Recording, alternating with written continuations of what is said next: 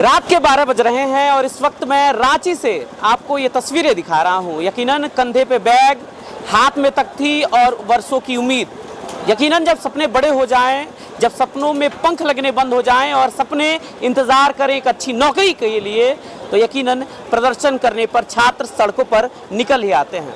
इस वक्त मैं रांची में हूँ। रांची में जिस तरीके से जेपीएससी और जेएसएससी का प्रोटेस्ट हो रहा है, यहाँ पे तमाम छात्र हैं। रात के तकरीबन 12 बजने वाले हैं, लेकिन 12 बजे भी जिस तरीके से छात्र भी यहाँ पे सोने से पहले बातचीत कर रहे हैं, तैयारी कर रहे हैं। कल की थोड़ी बातचीत कर लेते हैं। कितने दिन से प्रदर्शन है ये?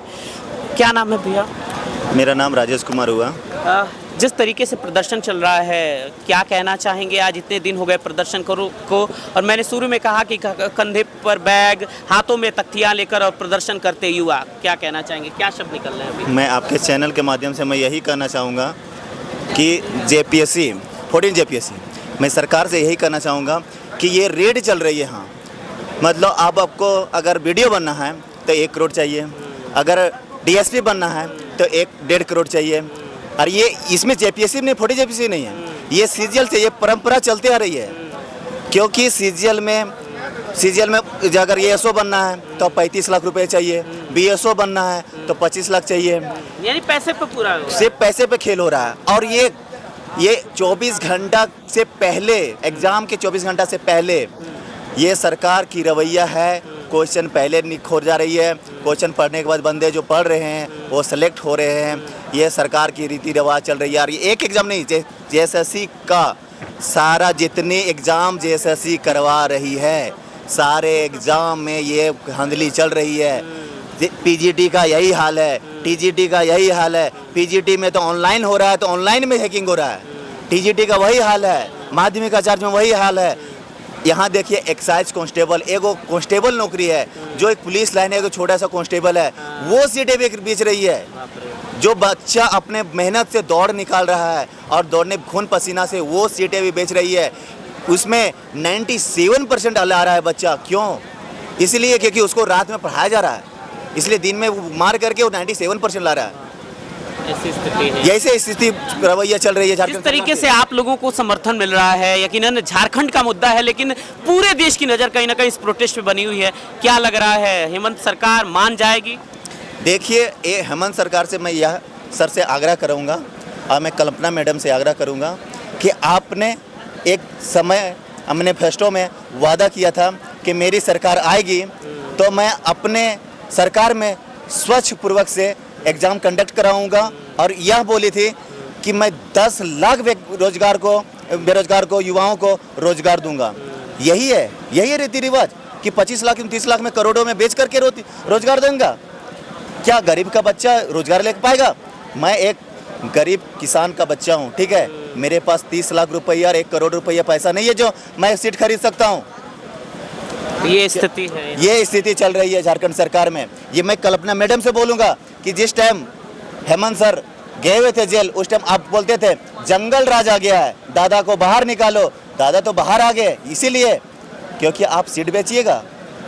आप अगर अपने सत्ते में सर, तो थोड़ा बेरोजगार युवा को कम से कम, एगो गरीब परिवार लोग को कम से कम एक सहारा बन। इतने दिनों तक हड़ताल क्यों करनी पड़ी? इतने दिनों से प्रदर्शन, भूख हड़ताल, तमाम सी बातें क्यों करनी पड़ी? अगर छात्र, क्या सरकार, अगर सरकार हम लोग की बातें अगर सुनती, अगर सरकार से मेरी एक ही मांग है, सबसे पहले रद्द। आप अगर अभय तिवारी जब वो पीजीटी में जब कैसे उसका रिजल्ट हो सकता है, जब सीजीएल में रिजल्ट हो सकता है, जेपीएससी में रिजल्ट हो सकता है, तो आप क्यों नहीं ये देख रहे हैं?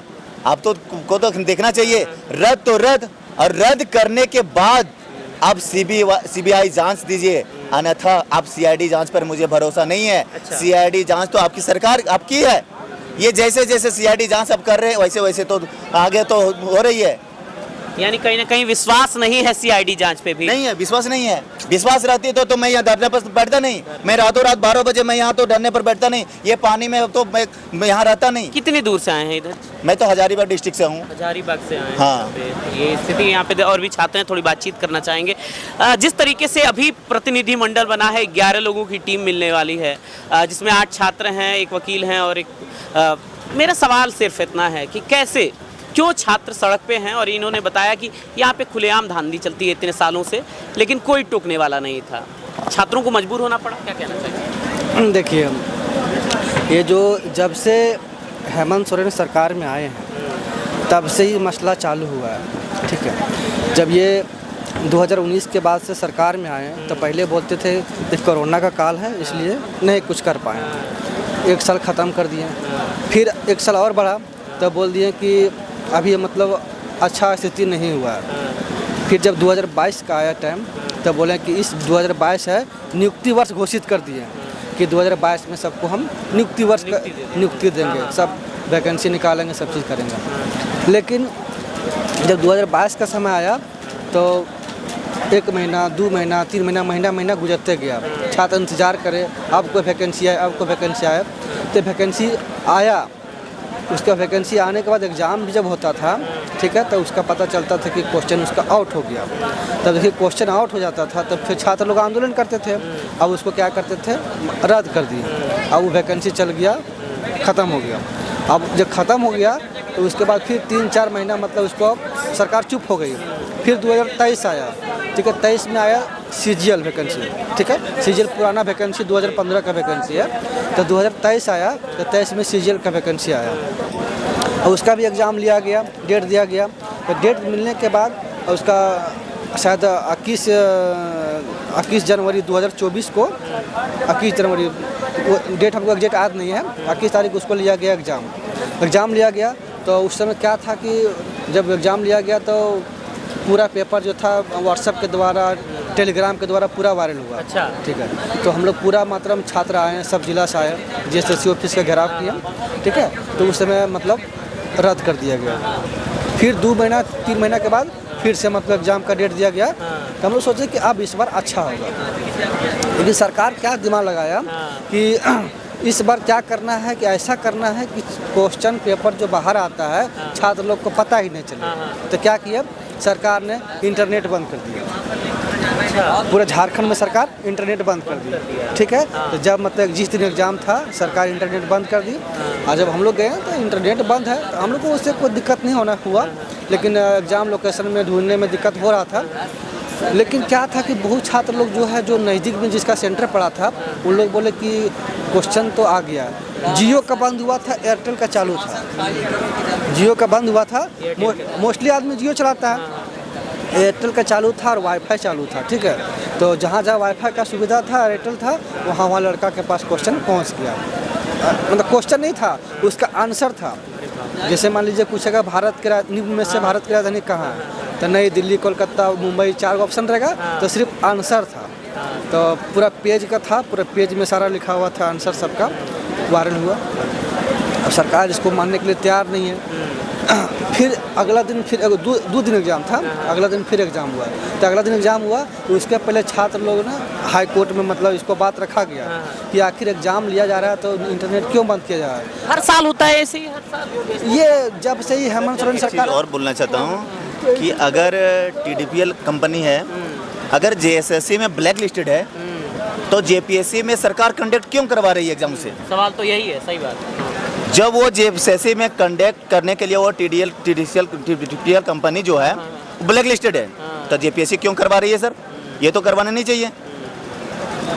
सरकार से मेरी यही मांग है कि ये तो करवानी नहीं चाहिए। तो करवाना नहीं चाहिए अभी क्योंकि जब मेरा एक ही मुद्दा मांग है कि अभय तिवारी तीनों में अगर सेटिंग से पकड़ाए हुए हैं, वो तो मुद्दा साफ है।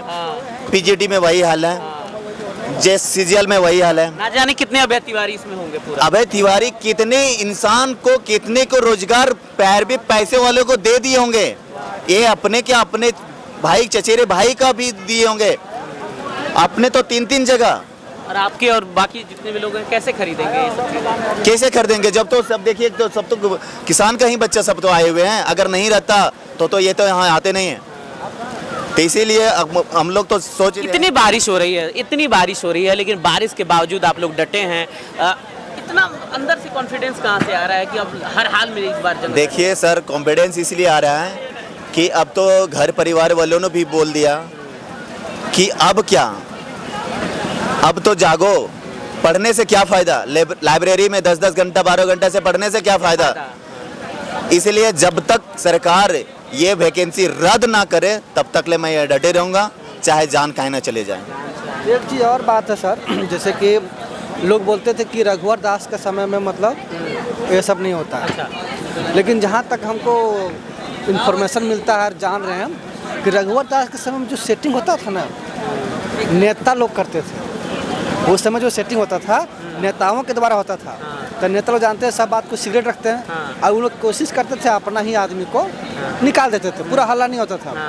अभी जो हेमंत सोरेन के समय में है, ठीक है, अभी सेटिंग होता है अधिकारियों के द्वारा, ठीक है। तो अधिकारी तो सबको पहचान नहीं है पूरा राज्य में, तो वो क्या किया, एक अपना दलाल छोड़ दिया कि ठीक है बिचौलिया चल रहा है। बिचौलिया खोजिए, आप लोग कैंडिडेट खोजिए। अब वो उसको बोला हम बताते हैं हजारीबाग आप कभी आइए, जो सब्जी जो बेचता है ना, सिंगाड़ा बेचता है, वो सब बोल देगा हम सेटिंग करा देंगे। अच्छा, ऐसी स्थिति है यहाँ पे। पूरा मोहल्ला हर गली मुकच्चड़ मोहल्ला में पता चल रहा है कि 12th में, इंटर में 12th में ग्रेजुएशन पढ़ता है, उन लोग बोलता है हमारे भैया सेटिंग करा देता हूँ।